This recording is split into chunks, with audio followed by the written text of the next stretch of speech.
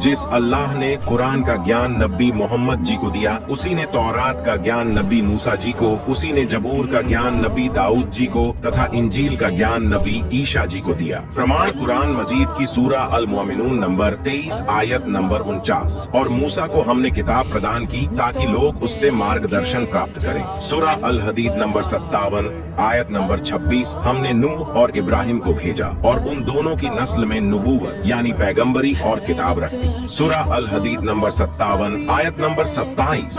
उनके बाद हमने एक के बाद एक अपने रसूल भेजे और उनके बाद मरियम के बेटे ईसा को भेजा और उसे इंजिल प्रदान की। परमेश्वर ने 6 दिन में सृष्टि की रचना की तथा 7वें दिन तख्त पर विश्राम किया। प्रभु ने 5 दिन तक अन्य रचना की। फिर 6वें दिन ईश्वर ने कहा कि हम मनुष्य को अपना ही स्वरूप जैसा बनाएंगे। फिर परमेश्वर ने मनुष्य को अपना ही स्वरूप जैसा बनाया, नर और नारी करके उनकी सृष्टि की। फिर ईश्वर ने मनुष्यों के खाने के लिए केवल फलदार वृक्ष तथा बीजदार पौधे दिए और ईश्वर ने कहा ये तुम्हारे भोजन के लिए है। ईश्वर ने प्रथम आदम बनाया और उसकी पसली निकालकर नारी हव्वा बनाई। फिर ईश्वर ने आदम और हव्वा से कहा इस वाटिका में लगे हुए पेड़ों के फलों को तुम खा सकते हो, लेकिन ये बीज वाले पेड़ों के फल को नहीं खाना, अगर खाओगे तो मर जाओगे। परमेश्वर ऐसा कहकर चला गया। उसके बाद सांप आया और सांप ने आदम हव्वा को बहकाकर वो फल खिला दिया जो परमेश्वर ने मना किया था। कुछ दिन बाद वाटिका में शाम के समय जब घूमने के लिए प्रभु आया तो आदम और हव्वा से पूछा तुम कहाँ हो? आदम हव्वा ने कहा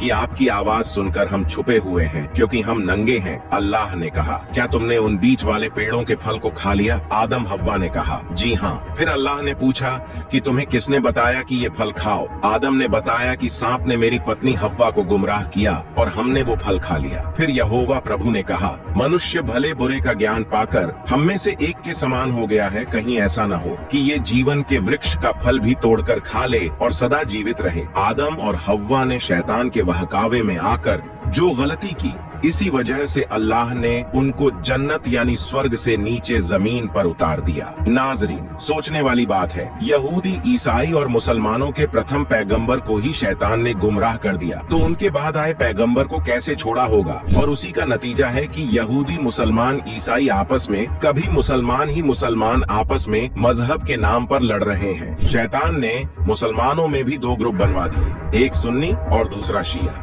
ये काल शैतान ने अलग अलग बनाकर लड़वा रखे हैं। मुसलमान भी आपस में लड़ते हैं। शैतान ने इन दोनों में फर्क पैदा कर दिया।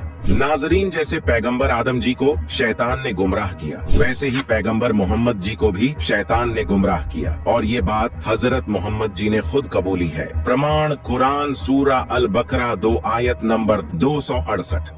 शैतान तुम्हें निर्धनता से डराता है और शर्मनाक नीति अपनाने के लिए उकसाता है, मगर अल्लाह तुम्हें अपनी बख्शीश और उदार कृपा से उम्मीद दिलाता है। अल्लाह बड़ी समाई वाला और सर्वज्ञ है। जब मुसलमान कुरान की कुछ आयतों के बारे में सवाल करने लगते हैं, तब हजरत मोहम्मद जी कहते हैं कि ये आयतें मैंने गलती से बोल दी थीं। मेरे ऊपर जिब्राइल के बदले शैतान आ गया था और शैतान ने मेरे मुंह में अल्फाज डाल दिए थे। नाजरीन, यही कारण है कि आज मुसलमान, यहूदी और ईसाई आपस में लड़ रहे हैं और शैतान के आदेशों को खुदा का आदेश मान रहे हैं। लेकिन सबसे बड़ा सवाल आप सोच रहे होंगे कि यहूदी, मुसलमान, ईसाई ये कैसे पहचाने कि कौन सी आयतें अल्लाह की है और कौन सी शैतान की? तो नाजरीन, आपके इस सवाल का जवाब भी पवित्र कुरान में है। ऐसी बहुत सी आयतें हैं जो शैतान ने हजरत मोहम्मद जी को गुमराह करके कुरान में लिखवाई और इसी कारण से सारा मुस्लिम समाज गलत दिशा में है और शैतान की आयतों को अल्लाह का आदेश मान लिया।